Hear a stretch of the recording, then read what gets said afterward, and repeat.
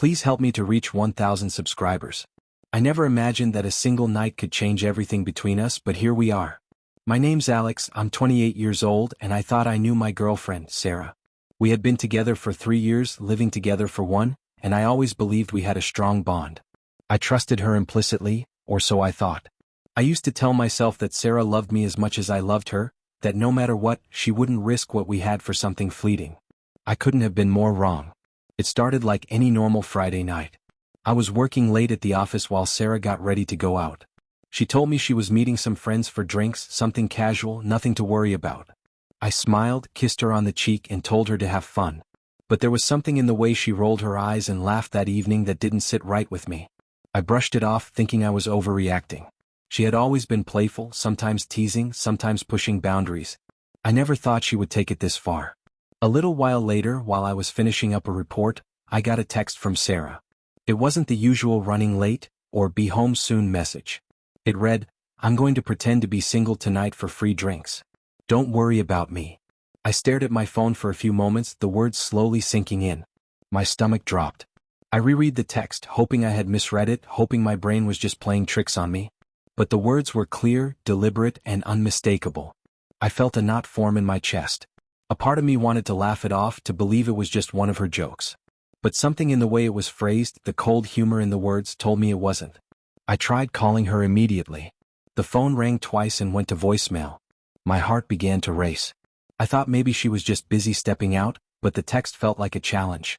Like she was testing me, or worse, testing what I meant to her. I texted back carefully, "What do you mean by that?" Her reply was instant, almost casual, "Relax. It's just for fun. Don't be so controlling." I wanted to believe her, to cling to the trust one had built over 3 years. But the feeling in my gut was undeniable. This wasn't just fun, this was something more, something dangerous to us. By the time I left work, my anxiety had built into a storm inside me. I drove home, hoping to catch her before she left, hoping to have a conversation that might ground this growing unease. But when I opened the door, the apartment was empty.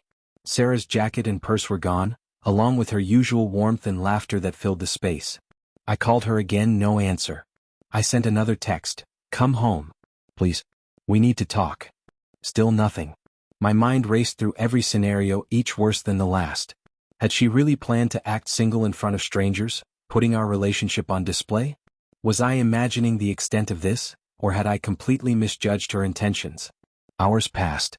The clock ticked relentlessly as I paced the apartment, my hands gripping my head. Finally, my phone buzzed. A message from one of her friends, "Sarah's at the loft tonight. She's out with some people she met online. You should relax." Relax. Those words cut through me like ice. I could feel the blood drain from my face. My mind screamed in disbelief. The Sarah I knew, the one who talked about building a life with me, about loyalty, about honesty, was at a bar pretending to be someone else for drinks. I felt like I was watching my life unravel in slow motion, powerless to stop it. I didn't know what to do. Part of me wanted to rush to the loft, to confront her right then and there. Another part wanted to sit back, observe, and understand how far she was willing to go. I decided to go, telling myself that I needed to see for myself.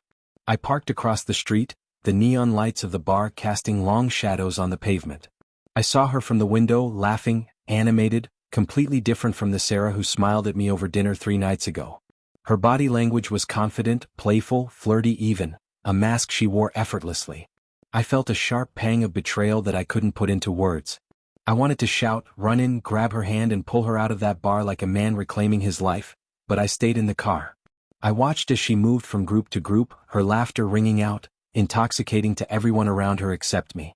A man she had just met leaned in, whispering something that made her giggle, a sound I had only ever wanted for myself. And just like that, I realized something I had feared but never truly admitted. She was testing the boundaries of our relationship, and in doing so, she had crossed a line I couldn't ignore. I tried calling her again.